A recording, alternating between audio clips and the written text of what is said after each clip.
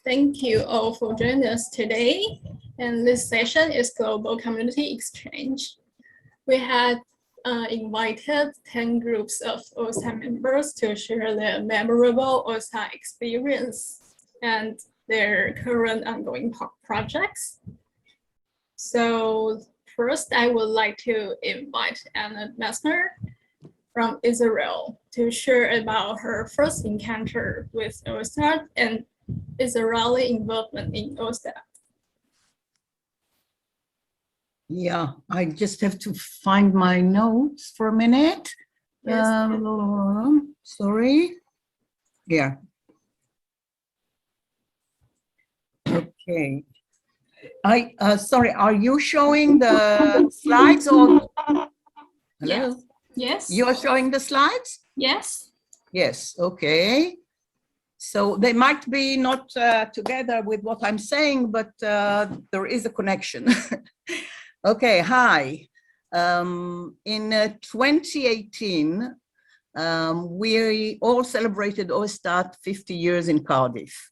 There, I met Richard Bryant, who referred me to an Israeli designer named Arnon Adar and showed me Arnon's picture on the wall among the 6 founders of OISTAT in Prague, 1968.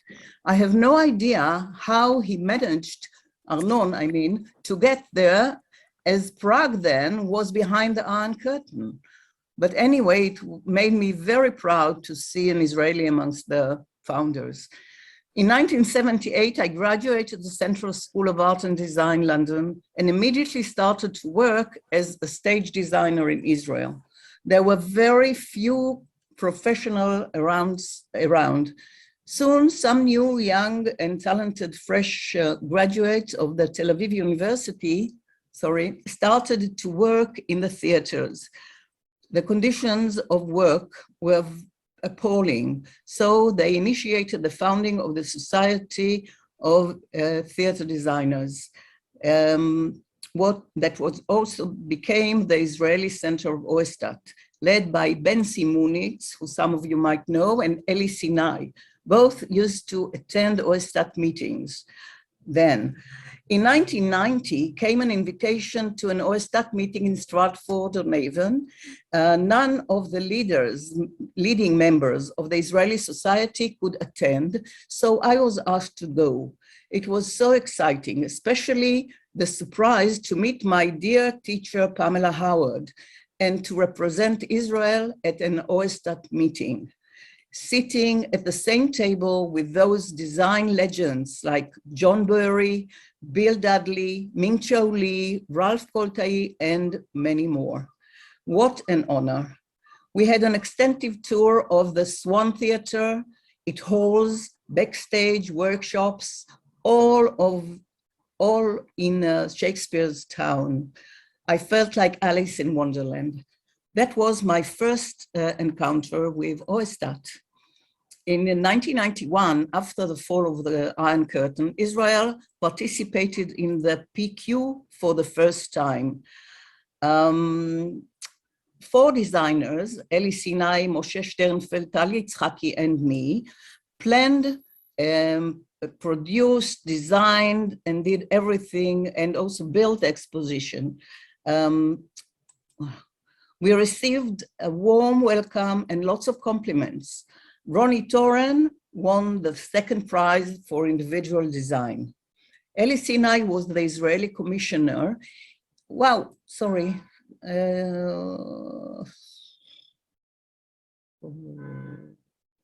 Sorry, something happened here.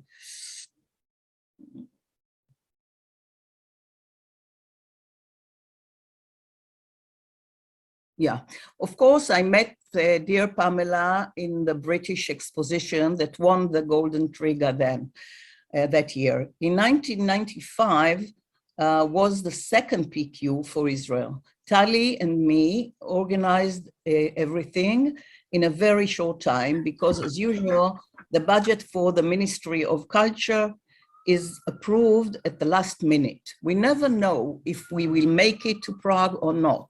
It hasn't changed. I bought there the well-known book, A Mirror of World Theatre.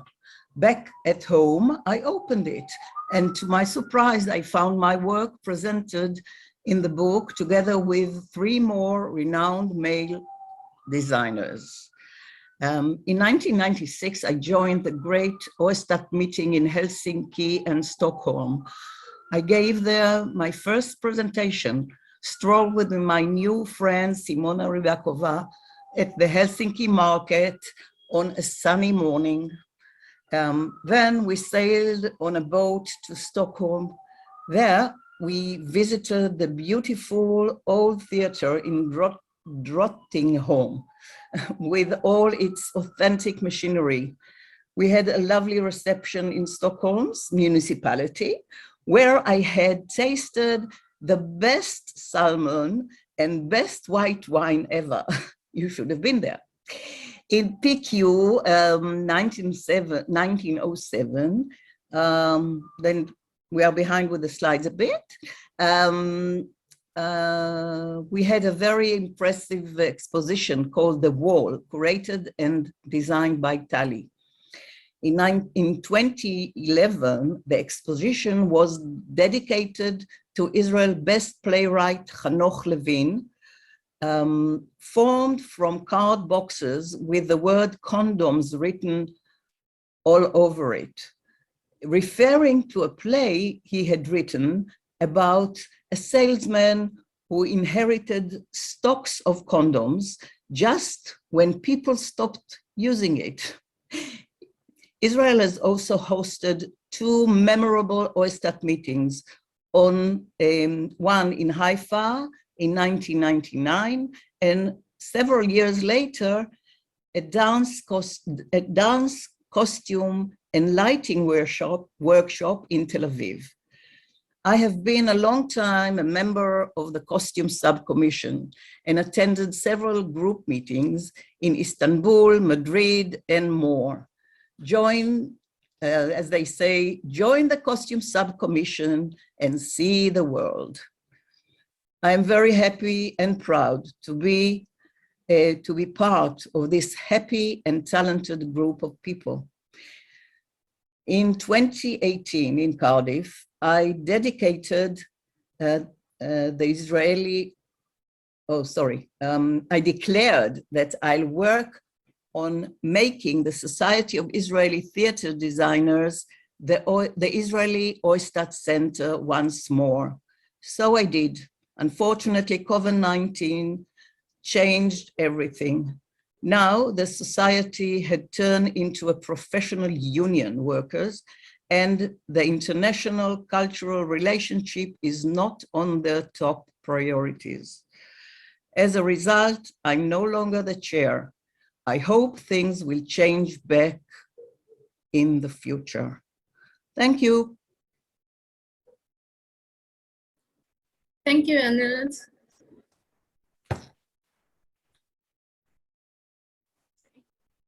And then I would like to invite Nina Ananas and Magdalena De Leon and Aline Zabrik Hamlin from Philippines.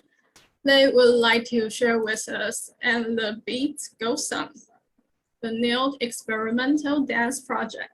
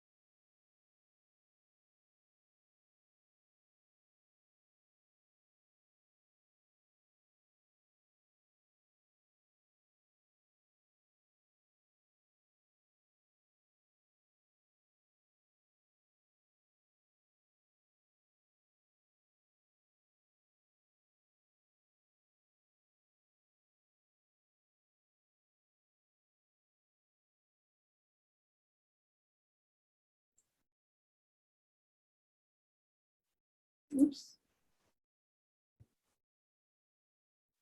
Sorry. Please wait a minute.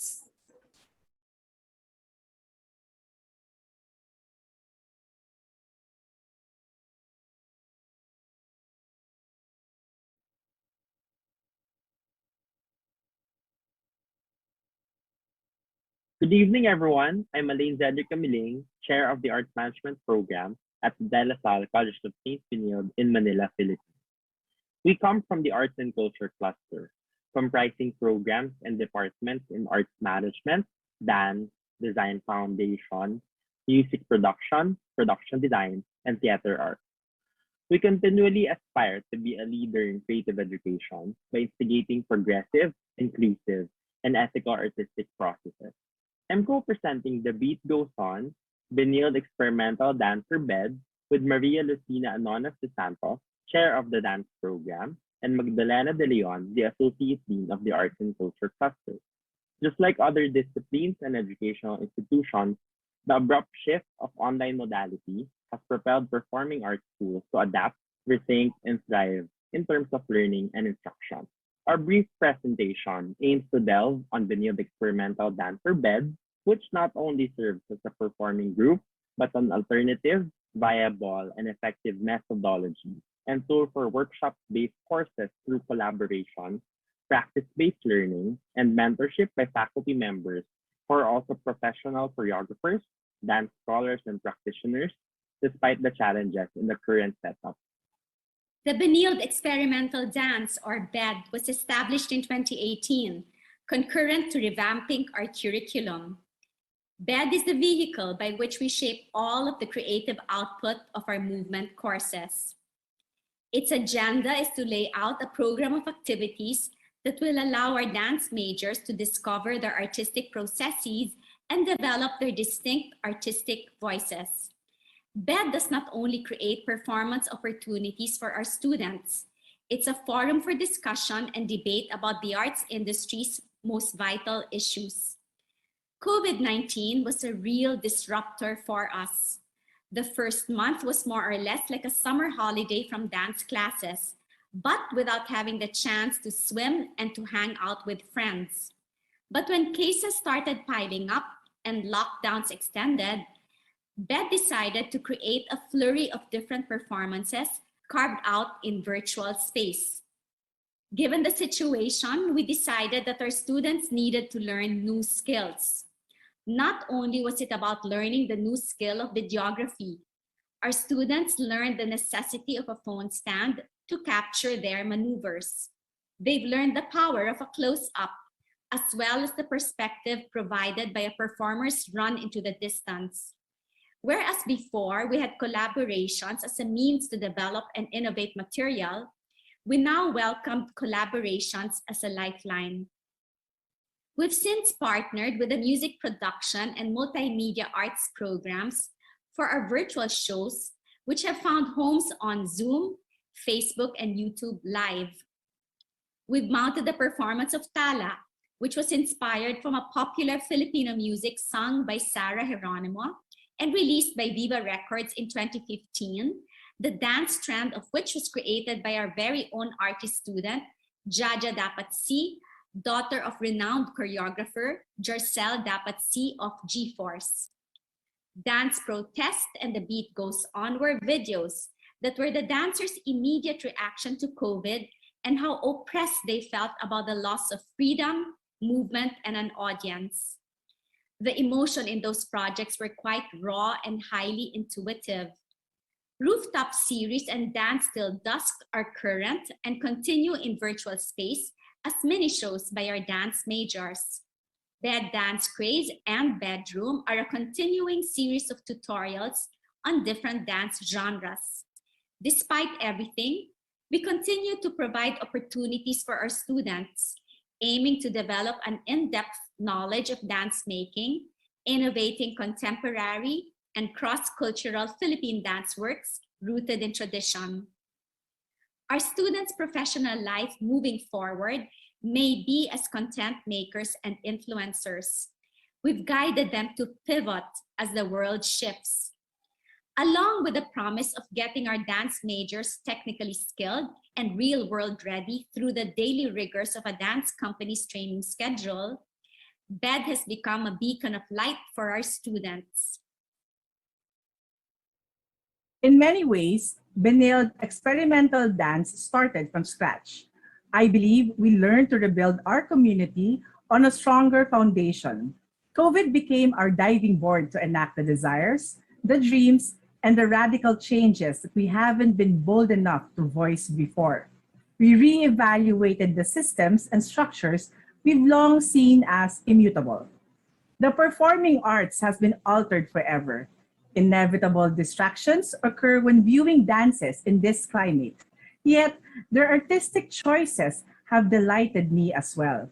They can make themselves narrow, if needed be, or take choreographic advantage of obstacles like couches. Constantly, we're still learning about its effects on our lives, the sobering fallout the dance world is facing, the financial impact on organizations, and ways to help out of work artists. No matter what the challenges, the De La Salle College of St. Benilde's Arts and Culture Cluster recognizes that our young students express their emotions through the arts, and the focus that performances demands can help them find greater stability in their lives and form stronger self-identities in spite of today's challenges. The initiatives and projects of the cluster are indicative of a strong sense of collaboration among our faculty, students, and associates for us to remain relevant, productive, and sensitive to the needs of the creative sector as a budding ground for future cultural and creative workers. Lastly, we invite you to stay in touch with us through our social media platforms. You can find us through at Benilde Arts on Facebook, Instagram, and YouTube. Thank you.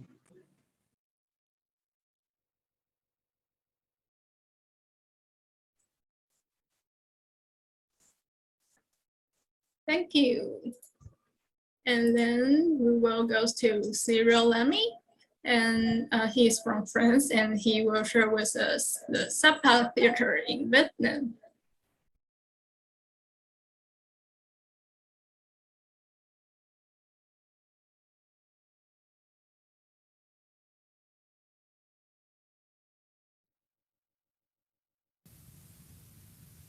Welcome to the Rock and Ritual Concept Design Making of. This project is located in North Vietnam and is still under development. So today you will have an overview about our starting development of this very specific theater. Specific project because first of all it's been developed by combination of architect scenographer, myself, Cyril, with my team from SLA designers, and Mr. Tonley, a show director from Vietnam originally, with also his team of performers and dancer, choreographer, and set designers. First of all, the site. This is Sapa Valley, very famous area for tourism because of this unique landscape in North Vietnam. And we've been called to locate a theater in this region on the top of the mountain. So everything starts from a very deep visit and understanding of the site. I spent myself about 1 week on the site to understand it, to feel it, also to discover the traditional technique of construction and materials. So you will see that we're going to use this type of traditional wooden structure, and also this region is fulfilled of natural marbles. And we've been on site with Mr. Tonley also to choose very carefully the site, very connected to the natural landscape, and we've been very impressed by the presence of so much rocks on the site. And also there is different ethnies living there. One of the most important one is the Hmong ethnic, and this is also part, of course, of our inspiration for the performance and the theater design. Back in my office with my team, we did a lot of researches combining traditional way of designing with some parametric design also to generate different type of shapes, and very carefully implemented on the natural topography. And we came up with this concept of an open air amphitheater connected to the rocks and like floating in the landscape between the bamboo forests and the top of the mountain. Also, we use a lot of natural materials like the wood, and we use the stones, the marble stones, as decorative strings hanged all around the theater. We also include the design of the landscape around, because we consider that the guest experience, the audience experience, start from the lower level of the site, going through the bamboo forest to reach finally the theater. For that, we develop a storyboard from daytime to the arrival to the theater, the show time, and then going back down to the valley. This is one view from the bridge connecting the pathway to the lobby of the theater. A very amazing experience with a panoramic view on the valley. And then the lobby. It's an open-air lobby fulfilled of traditional fabrics hanged from the ceiling, and this giant drum in the middle. And then the audience is welcome inside the theater to sit. This is like bench seats to face a round stage and finally discover the background of the stage, which is actually the natural landscape of rocks and greenery. In terms of layout, the theater is a 300 seats theater with a round stage, about 80 square meter. We also have some backstage area outside and inside the main volume. Of course, a control room. So everything is made to make this theater as much functional as possible for the performers, the technician, and also the operation. In terms of construction, we combine different techniques. So the very traditional one, the wood structure, but also something more specific for theater and circus theater, actually, with a truss, metallic truss structure and tensile membrane fabrics. This is the last view scene of the show, with Mr. Tonley direction, the fire, and then the audience is invited to follow the fire, to leave the theater quietly through, again, the bamboo forest and the stairs, and to slowly go back to the reality.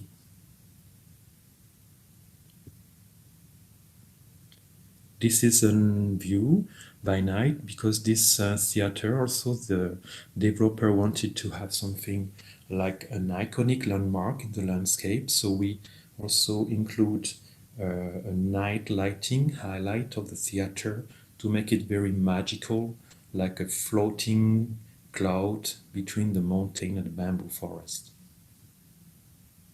Thank you for watching, and we hope to welcome you next year for the opening of this very unique venue. Bye.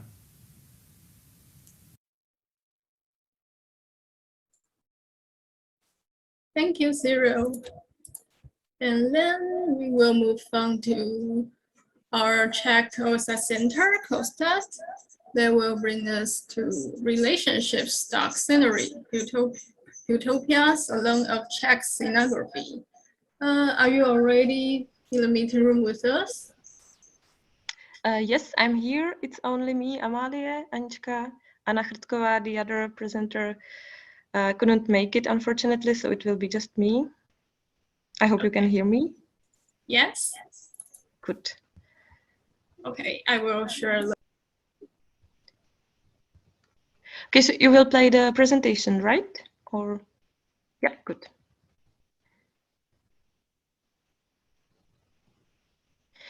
Okay, so hello everybody. Relationship Stock Scenery Utopia is a subtitle of this year's volume of Saloon of Czech Scenography, which is a showcase of a scenography and stage design that has been organized in Czech Republic since 1977 with some breaks.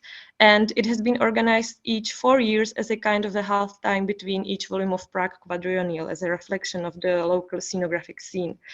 Originally, the exhibition it is an exhibition where the artworks are presented according to the individuals. It used to be a kind of an open platform, but the format has transformed into a curated exhibition this year. So you can see the theme right now. The exhibition has a unifying topic, which is reflected with the subtitle. And altogether, we've chosen 7 artists, including art collectives, to join us within the exhibition. And since we wanted to have a varied offer, so the authors could discuss the methods of their work and their visions and wishes, we invited them to a local meeting. You can see the pictures from the meeting. We made a movie from the whole meeting.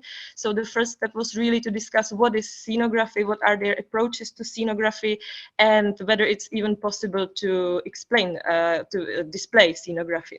We also asked them, we asked each of the artists to bring an item, an object, which reflect their approach to scenography, stage design, costume design, sound design, whatever, and which is kind of like characteristic for them. Then we created a 3D scan of each object. You can see it now on the picture. There is, for example, the small knife called a little fish in Czech, or like some kind of a music instrument. That's the wooden one. And those 3D scans of this object work until now as a symbol on our website. You can click on them, and then there is a short video of each presenter. Then the exhibition itself took place in this beautiful building. It took place in June. It was on the topmost floor of the Dornich shopping center from the 70s. It's a brutalist building which is about to be demolished very shortly. And probably therefore we were provided quite a large empty space in the upper part of the building.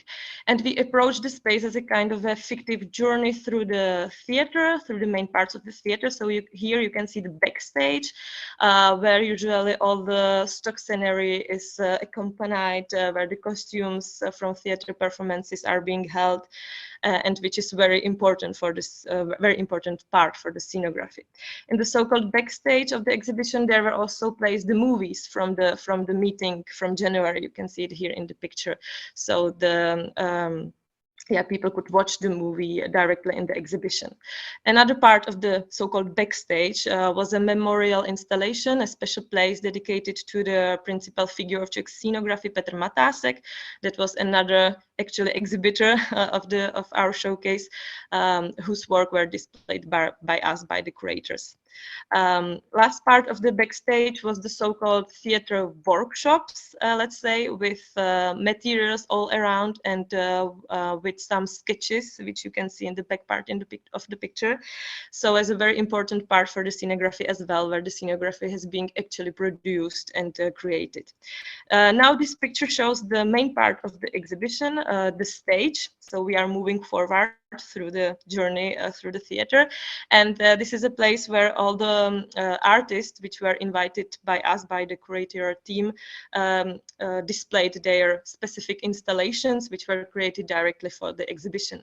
Here you can see the detail of the installation created by Zuzana Sterankova, which is stage designer who just recently finished their studies at the DAMU, and she, with the installation, reflected the whole space of the brutalist building, which is covered with this anti-fire protective spraying.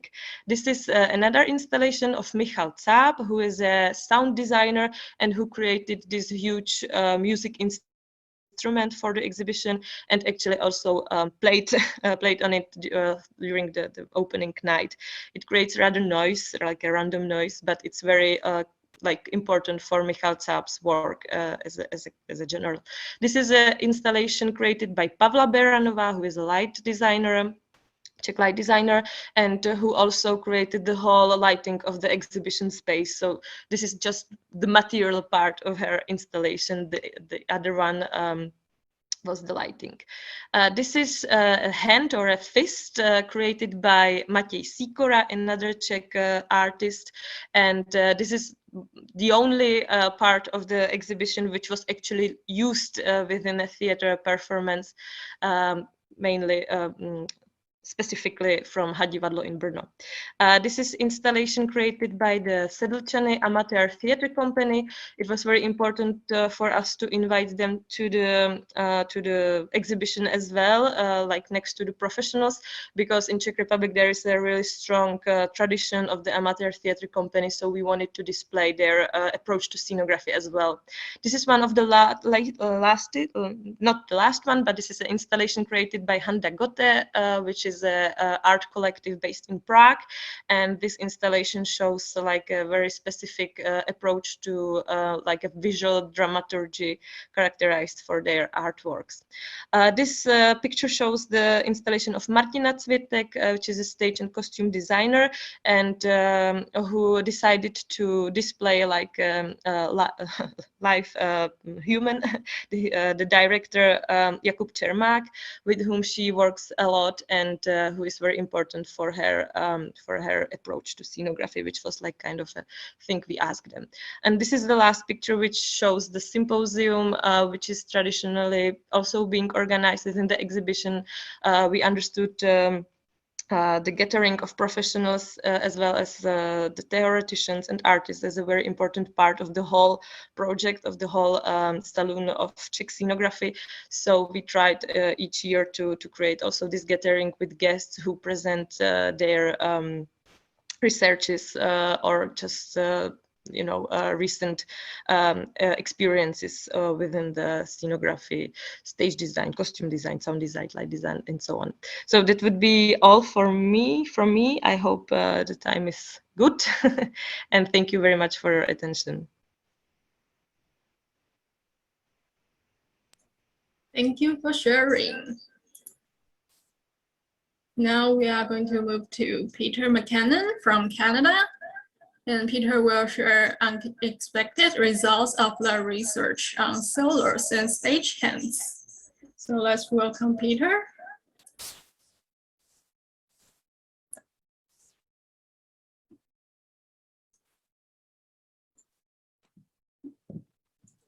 Hi, folks. I'm just waiting for my slides to pop up.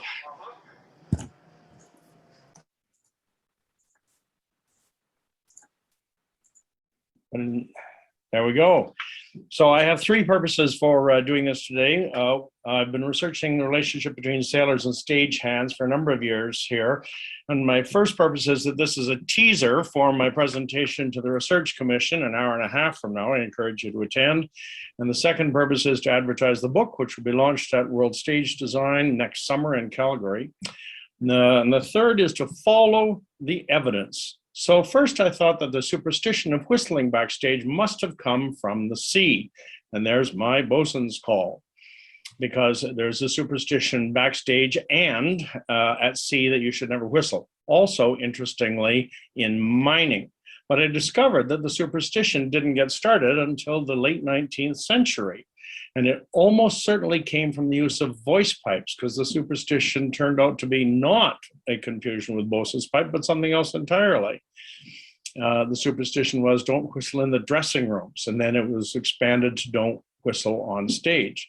Now, the similarities between ropes and rigging backstage and on board ship are fairly obvious and straightforward, but and so that shows at least a relationship of some kind. Which I delve into much more. You'll see this afternoon. And the surprise from this photograph is that these are new ropes. I've never seen new ropes backstage in a fly house. The next thing I looked at after ropes was the machinery. And I realized on board the first old sailing ship I went to that there's only actually one machine on a sailing ship, a drum with a rope tied around it, with a larger circumference drum or disc attached to it, so that's how the power is. The power is around the handles on the ring around. And if it's set the other way around, that's called a capstan, not a helm, but it's the same machine. It's a drum with a rope wrapped around it, with the power being applied on a greater diameter and the load being taken on the smaller diameter. And this is HMS Warrior from 1860.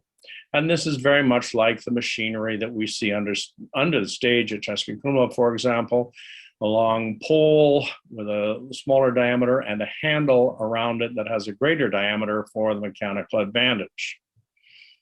And the next shot, when it pops up, we'll show another example. And this is the overstage machinery. On the left, you'll see the very large diameter, which is the power, and then the much smaller diameter shaft, which is the load. Now, we tend to think that these were invented by theater people, but they weren't. There's a capstan under the stage at Drottningholm, but these machines have been in use ever since the building of the pyramids. And so the fact that they were used on board ship as well as under the stage doesn't necessarily show that much of a causal relationship between the two. And this is I just want to show the HMS Victory. This is a full sailing ship from 1765, and it had those exact two machines, and it was powered entirely by sails. So you can see the vast amount of rigging and ropes that look very much, the running rigging looks very much like life backstage. But here's HMS Warrior in 1860. It was the first ironclad ship. The iron was 8 inches thick, backed by 14 inches of oak. But that was not the revolution as far as we're concerned. The revolution was that although it mostly used sails for power, it had a coal-powered propeller. So 9 years later, when the British Navy launched HMS Devastation, you can see that the masts have virtually disappeared. Therefore, all the rigging has disappeared. And that's because Devastation was powered by a propeller. And in 1969, HMS Warrior was laid up as being obsolete. Then along comes the Teatro San Cassiano, and this is an unusual thing. There was the world's first public opera house, and they performed Andromeda. Was in Venice in 1637, and that was the first time that all this machinery had been brought indoors for a theatrical purpose. It had been used indoors for pageants in churches, and I realized that all my research up until that point had been looking at the supply side of supply and demand economics. And as soon as I looked at the demand side, then everything changed and it all snapped into focus. The demand in England in the 1860s was from, and in Venice in the 225 years earlier, was from commercial producers who wanted visual spectacle and opera in Venice and the popular shows of Victorian Britain. And these commercial producers wanted lots of room for bums in seats and no room for crews. So the change in naval architecture in Britain was mirrored by the change in naval architecture back in Venice 225 years earlier. The Venetian Navy was entirely driven by galleys. And although there is a lateen rigged sail there, its main propulsion was by oars with up to 5 men per oar, as you can see here. And the citizens of Venice, since the founding of Venice in the 6th century, all were required to be in the Navy. So it meant that the supply of sailors for use backstage was almost infinite. And this is, I put this in because you can see that the much later technology of the sailing ship, the Mary Rose, was at the same time as the galley in the background. And it was that changeover from galley ships to sailing ships in Venice that forced lots of Venetian citizens to become available for other work. So there's similarities were commercial operators, a demand for spectacle, and a major change in naval staffing. They happened 225 years apart, but in Venice, it was the first use of under and overstage machinery ever. And in the UK, it was the massive introduction of under and overstage machinery that was in full flower by the time Frank Matcham came along and designed his 100+ theaters. So those are the odd conclusions that I've reached and the peculiar path I've taken for this, and tune in an hour and 20 minutes for me at the Research Commission. Thank you.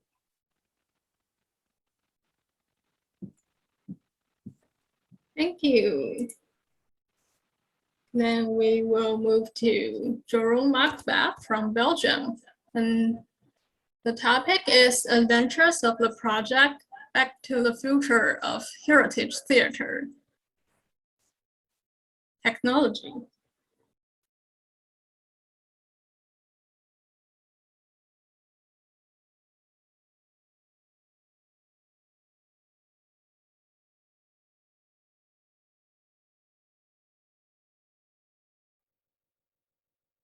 Depending on from wherever you are connected to this online meeting, good morning, good afternoon, or good evening. My story goes on how started my mission on the contemporary use of heritage theater technology and how this further developed to the current project of workshop series. So let me share now my screen. It was during this meeting on a bus trip to the pyramids that I heard for the first time the heritage machinery of the Burla Theater will be removed in sake of renovation works. This was very shocking news for me, as I used its technology several times in the 70s. The youth theater was not allowed to change anything the adult theater had hanging in on the pipes.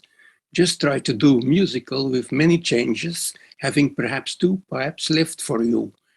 But for ages, unused wing chariots in the understage solved my scene change problems. At this conference, I pointed out a lot of failures to the planned renovation.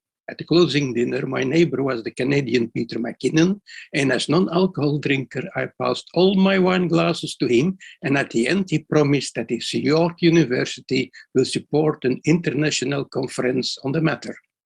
And so it happened. As a result of this conference, the heritage machinery has been proposed to Europa Nostra as one of the 7 most endangered historic sites. Being selected, it stopped the renovation plans, and a new plan has been chosen that keeps the machinery on its site. But many historic theaters removed their heritage theater machinery. When then could these unexpected possibilities be used? So here I changed from approach and went in search for contemporary alternatives to use similar technology for locations even without a historic understage. On this first experimental workshop in full size, the heritage technology moved into an understage depth of 4 centimeters. But MDF plates are much too heavy for transporting them in my car. I will have to switch to lightweight materials to future European workshop tours. In former presentations, we showed the theoretical possibility for the elevator system to have as counterweight another scenic element.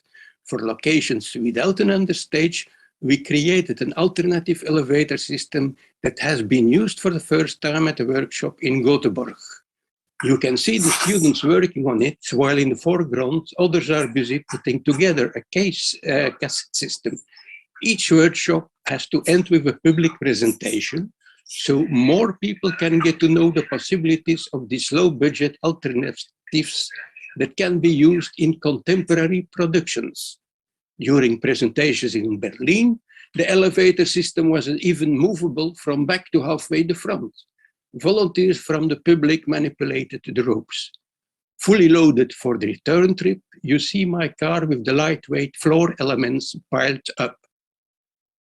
Last year, we had Iberian tour with a stop in Barcelona and workshops in Sevilla, Évora, and Porto. The Central European and Balkan tour will have workshops in Budapest, Bucharest, Thessaloniki, and Sofia. A single workshop was planned in December in Brussels in the Teatre Nacional. In Barcelona, I did just a presentation, and the first workshop started in Sevilla. After unloading the car, the students had first a historical introduction of the technology. We had also an evening dinner together that ended in a cappella polyphonic vocals. Here we introduced for the first time the traveling revolve. A few things will have to be ameliorated in the future. The rope that manipulates the rotation has to be guided into rails, and we need smoother traveling by using a drum dedicated to it. Due to rumors about COVID restrictions, only a few teachers of the school were present on the public presentation. And the next day, we were no more allowed to enter the school. I had to leave materials and car on the school ground. As borders could close, I needed to hurry to return home. Arrived at the airport, I found out that it was not a flight to Madrid. Renfe was the Spanish railway company. So back with the bus to the railway station, being a 5 minutes walk away from my civilian accommodation. Arrived in Madrid, I had to wait for my flight to Brussels until the next morning.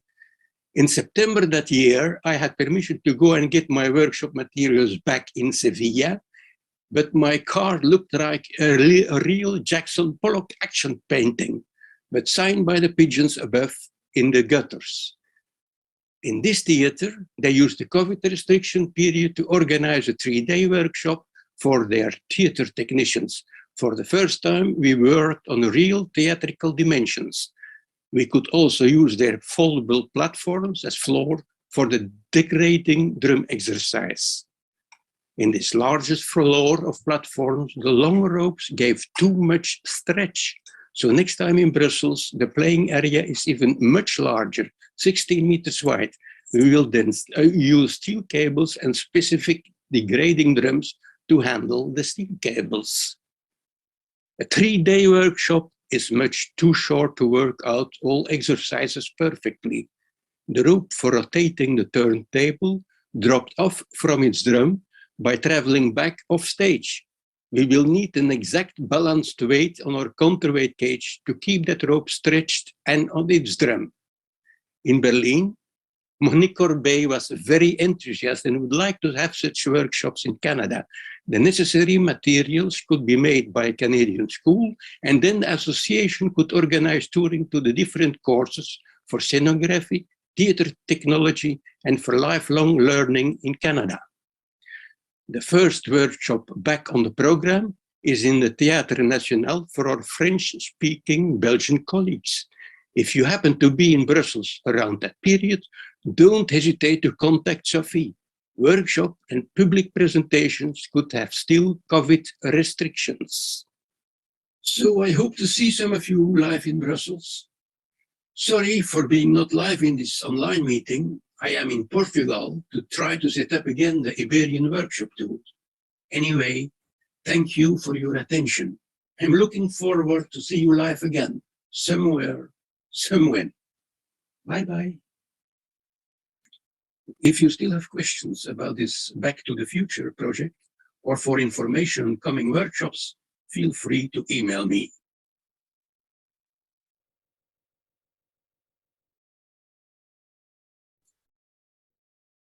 Thank you for Jerome. Yeah. Then we are going to move to Rosane Muniz from Brazil, and she will share with us the Brazilians' participation in OISTAT. So, Yes, thank you. please.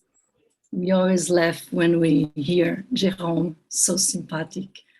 And I will share with you, you know that one of the big motives of not having anymore the theater exhibition of set and costume designer like in Sound in Brazil was because it's very far and from the rest of the world. So I will share to you, I will share with you some Brazilian moments in OISTAT events, because it's very difficult for us to go everywhere. You know, a lot of us don't speak English, and also it's very expensive So I like to show a little bit of our presentations in the OISTAT.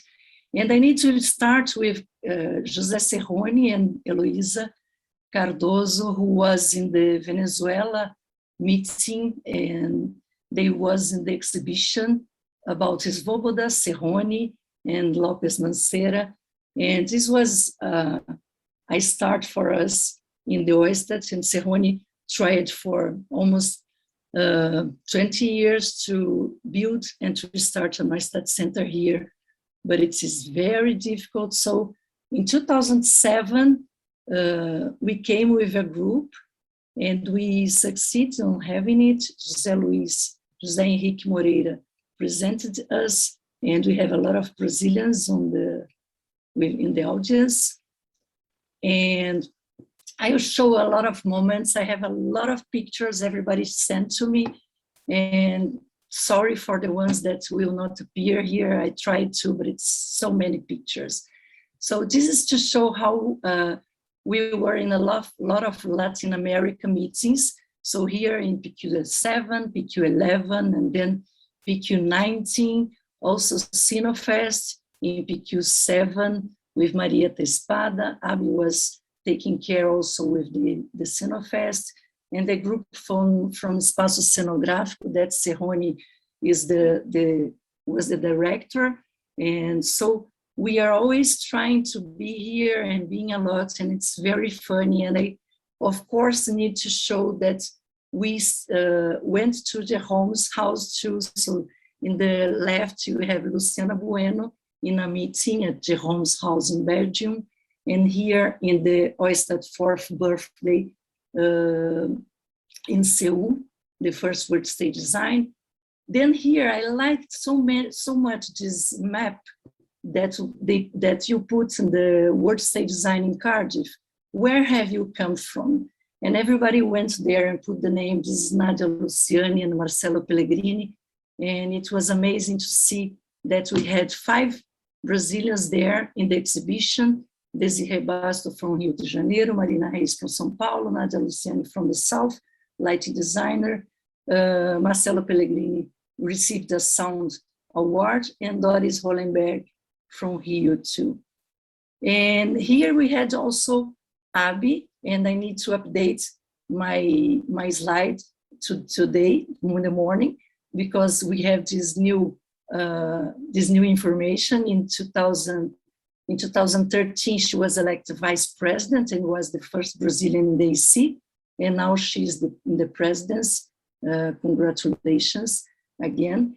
And then we had I wanted to show some experience also in Brazil, and Serrone in the Space College Teatro brought Kazuo Atano for a workshop, and it was an amazing experience with Telumi Helling, Adriana Vaz, and I was one of the persons that went to, well, escapes. I can do only presentation only about escapes. It was an amazing experience in Brazil. A lot of you were there with us. I only put some pictures here, and of course I put also Fiona and Sofia and Dorita, because now they are Brazilians too, as they went to Mangueira Escola de Samba and became a samba dancers. So I put them here like Brazilians too, as they have this love, this passion now with us. And Sonia Paiva, Rafael Bicudo. And another experience in Brazil, Simona Rybakova did a workshop during Escapes in another event called CIEP Figurino, with Fausto Viana playing with the Baianas, and it was very amazing, the result of that.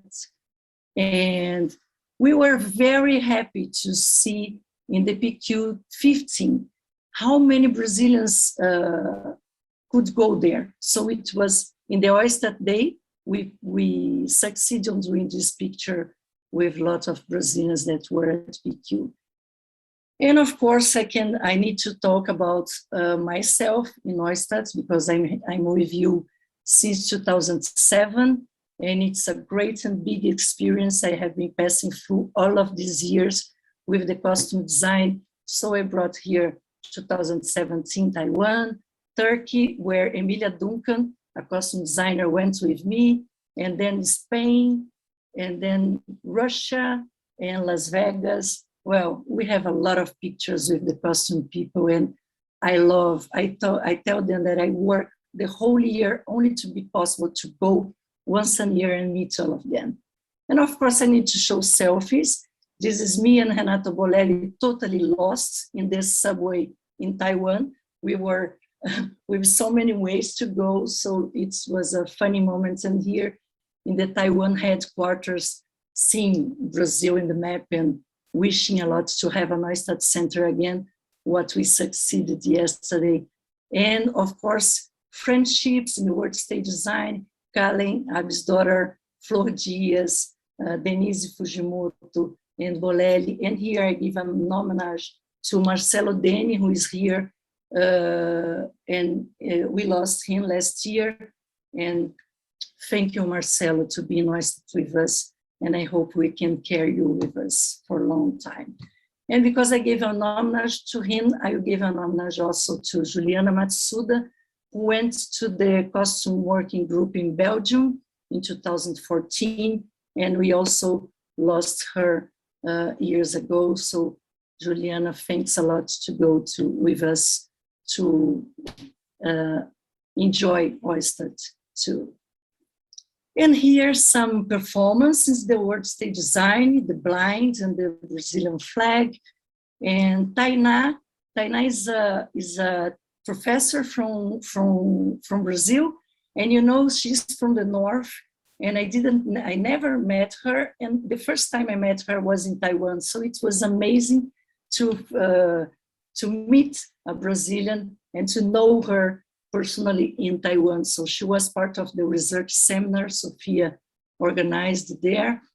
And also in the 50 years of OISTAT, we organized the costume sessions and celebrating the woman and Maya Pekkanen. And also I need to show Sonia Paiva, who was part of Kazu Exatano workshop. And she's an amazing teacher from the center of the country of Brazil. And she was there like any students playing with the papers, because we are like that. We don't want to be in the top. We want to be everywhere, learning always. So in Prague Quadrennial in the PQ, Doris Hollenberg was part of the Latin America project of the theaters of Latin America. So I want to show there. And now, in the end, I added this yesterday. This is the founding members doing that, approving the statute in an online assembly found in our organization. And now this is Grafias da Cena Brasil, that now is our OISTAT Center. So we have an OISTAT Center again, and I hope we can come a lot to be with you. Thanks a lot.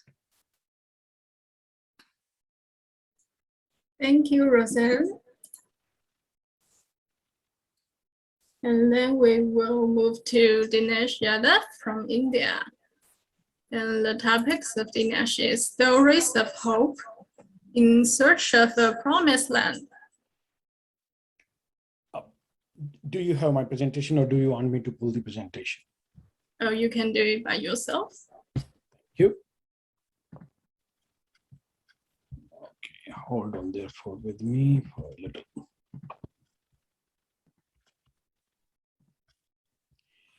All right, everyone, thank you so much for coming up.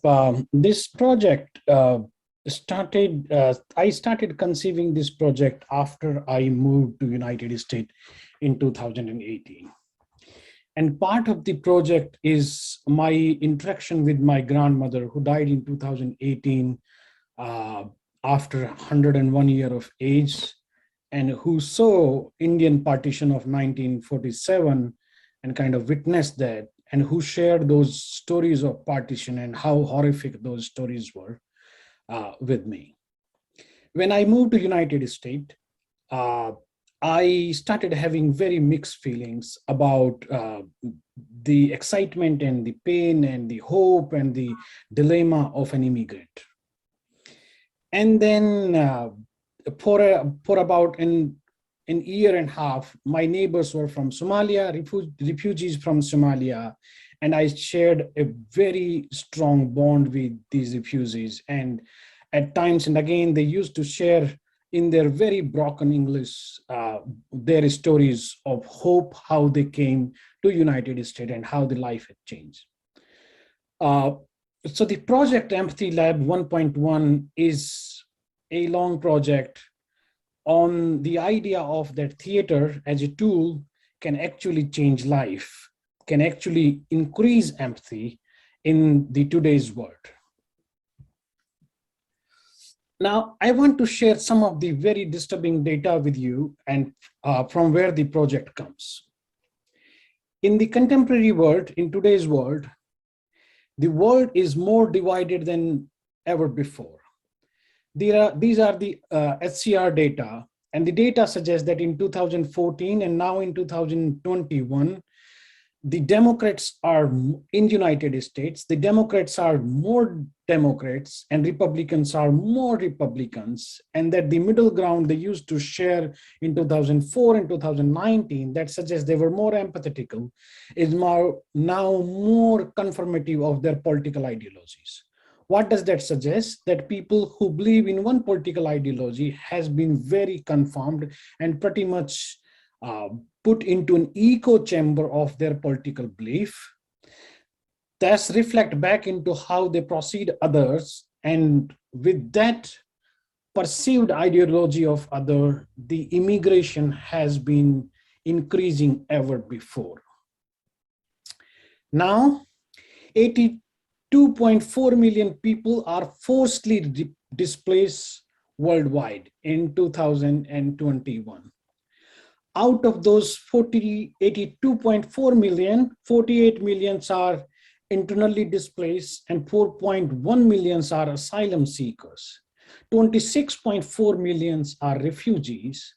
Out of those total 82.4 million displaced people, 35 million are children.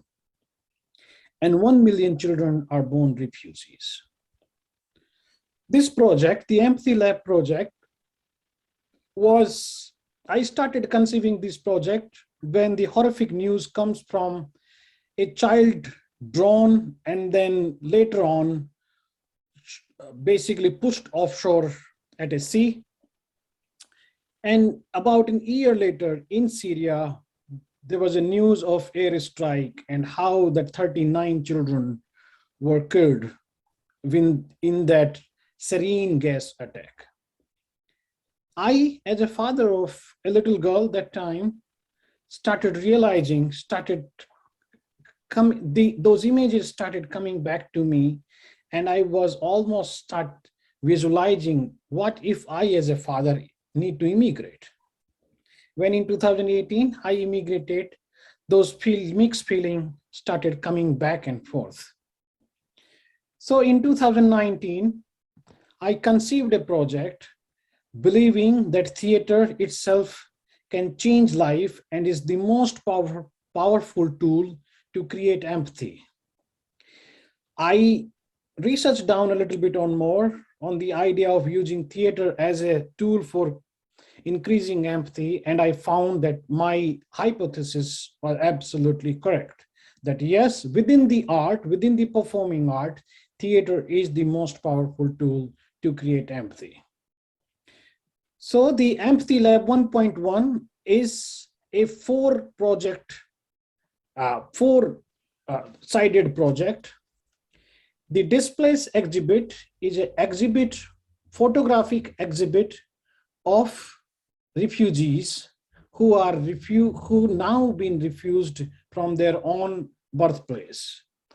In this project, I am and my collaborators, and I'm also inviting collaborators, are basically with consent, photographing people who've been displaced, and with their consent, we will be displaying those photographs with the encoded stories, their narrations. The Stories of Hope is a podcast series with hopeful stories, how the life has been changed after people immigrated or people refused in a different country.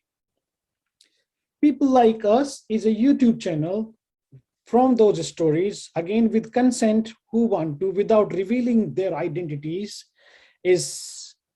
we will release these stories, videocast these stories, record these stories, their personal stories, and we'll put onto YouTube channel where person like me sharing their stories from back their own origin and after they immigrated or after they refused.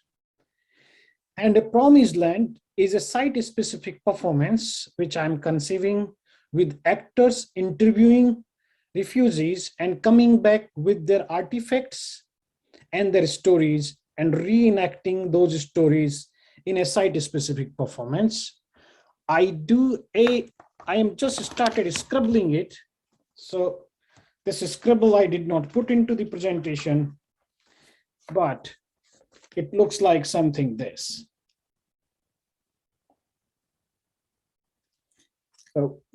So that's it. Thank you so much for your time. I would, now I'm in the process of inviting collaborators. If you think this is a project which interests you, this is a project which is something you want to incorporate or include in, please feel free to write me. Thank you so much.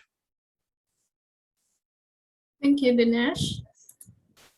And then we will move to Gulen Amloy and Anthony Roman from Spain. They will share with us a canon of technical theater history.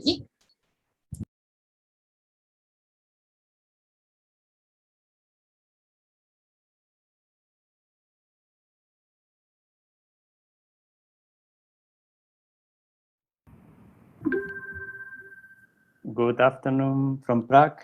We are Guillem Aloy and Antonio Ramon, architects, scholars, and researchers at Barcelona School of Architecture. We would like to introduce you our first results within the European Research Group Canon of Technical Theatre History. As been explained in another session, the aim of Canon is to increase awareness and understanding of the history of technical theatre in Europe. We are working on an illustrated translation of the Niccolò Sabatini's Teatro from 1638, Pratica di fabbricare scene e macchine nei teatri, the first publication devoted to theater and stage technology. An early manual to transform the interior of an exciting space into a theater, the space for the audience, the painted canvas in perspective, and the rich machinery from the stage. In our methodology, we are drawing every chapter of Sabatini's Teatrais, following his detailed description for the first time, and as a result, we have been able to build the Sabatini's ideal theater. Previous researchers on Sabatini's treatise has been mostly interested in the description of the technology of the stage, but with our approach, we include the architecture and the idea of theatrical space before the model of Teatro alla Italiana was established. We believe that our translated and illustrated edition of Sabatini's Teatrais could be used as a teaching tool for professors in history of theater, technology, and architecture. Different scholars pointed out that the treatise of Sabatini is based in his experience in building Il Teatro del Sole a Pesaro in Italia, 1621. But we read this book. Louis Jouvet wandered in the middle of Second World War when he wrote the foreword to the French edition of the practice. We, for example.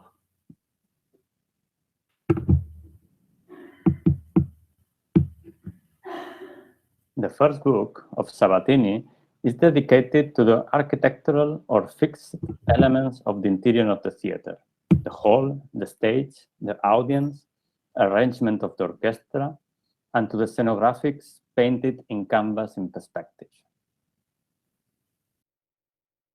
To begin with, the first chapters of the Practica focus on the construction of the stage, with the prior warning of checking the structural stability of the existing building.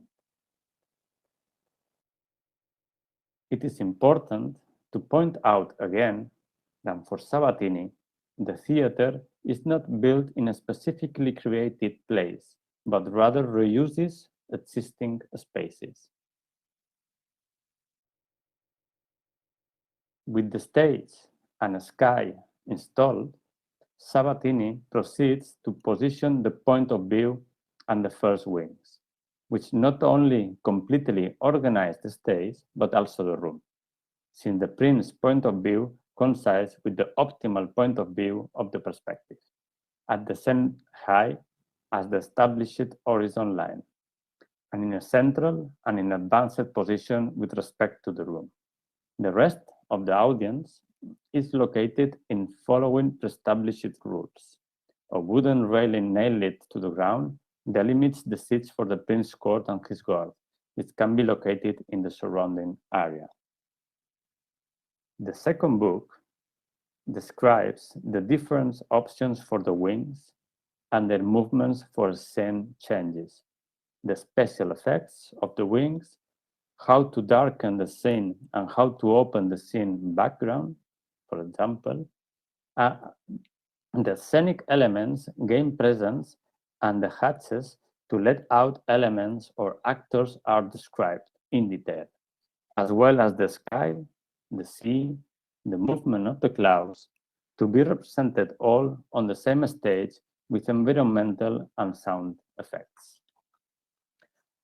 Above all, the machinery and scene mutations with a rich description of the scenery to simulate the sky and the sea. Sabatini introduced the possibility of building a fixed proscenium with columns, statues, and with the opening under an arc. The separation of the stage and the public, which undoubtedly encouraged the search for an autonomous scenography with greater freedom of scenic changes and greater spectacularity. As a teaching tool, RESAT, the School of Theatre in Madrid, led by the professors Felisa de Blas and Almudena Villalba, also members of the Canon group, reproduce with their students the painted canvas in perspective as described by Sabatini. If Sabatini was not the inventor of the Teatro Italiana, as Jouvet suggested in his book, his work has constituted a legacy of incalculable value, not only to know the resources of the scenography and the stage machinery of his time, but also the theatrical plays. Thank you very much. Thank you.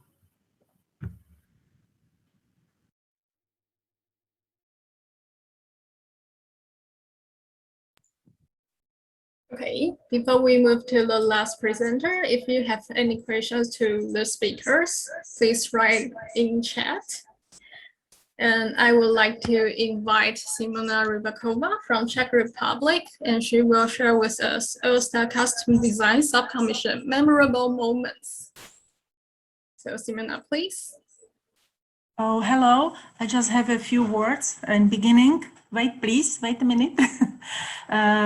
Hello, I send a lot of greetings from Budapest, where I'm sitting together with my friend Fruzsina Nagy, costume designer from our costume subcommission. And of course, we are here because we met through OISTAT, and we are here working on our future project. So it's grateful to OISTAT that we met and we can continue in communication. But I'm here not on I'm here on behalf of Costume Design Subcommission to present our international group from a bit different angle. We are working on many projects all over the world, and you can see part of it tomorrow in our meeting, October 13. It will be our costume subcommission meeting. And please welcome. We prepared flash talk with 8 presenters from different generation and different part of the world. So you are all welcome to join us tomorrow. But in this short video, we want to show ourselves as a wide international group of lovely, funny, crazy costume people.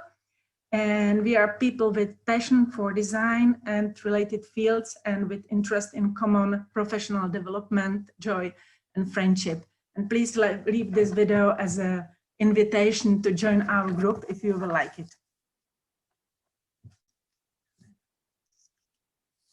Okay, so please, I think now you can share the video.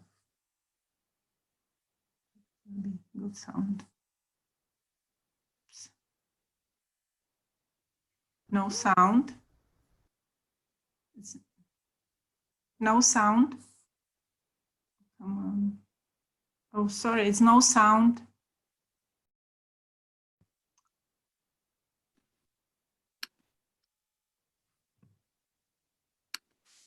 There's a little trouble with the videos. It's going now.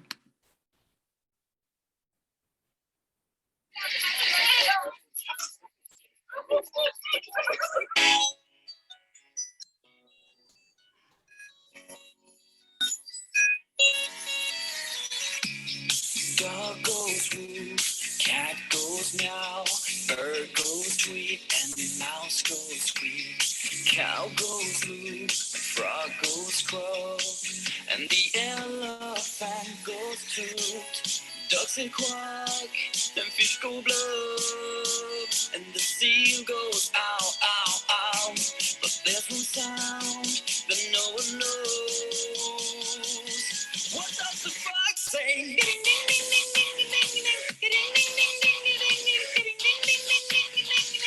What the fuck say?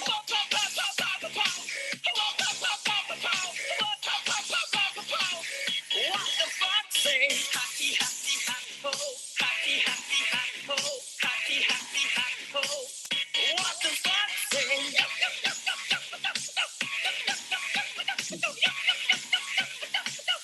What the fuck say?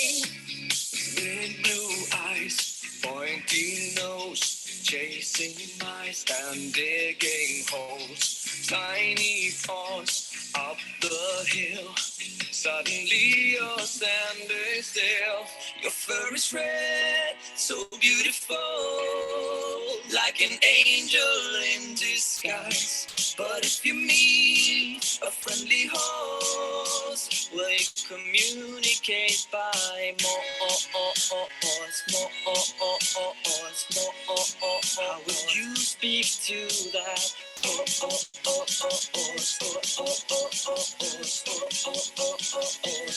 does the frog say?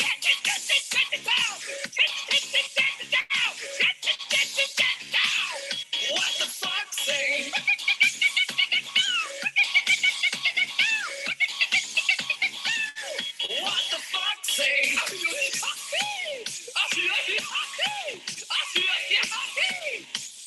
What the fuck say?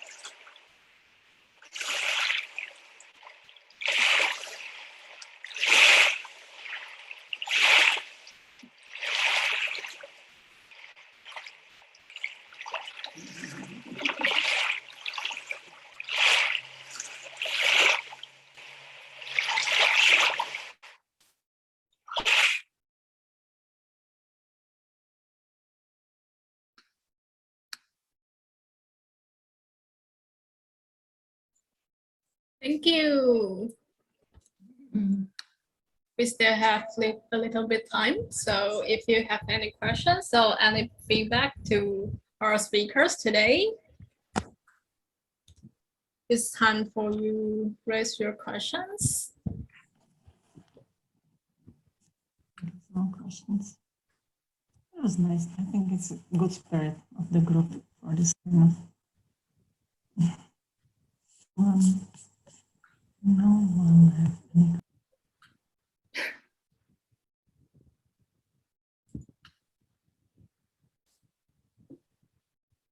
No questions. So see you tomorrow.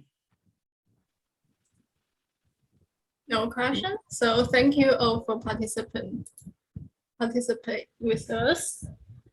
And a big thank you to all the presenters today for sharing your stories and your current projects. And thank you for organizing this, Wei Ping, and for getting this all technically arranged. Thank you so much. And thank you all. It was really amazing to see all those lovely photos and memories. Really, really had a good time. Thank you all. Thank you.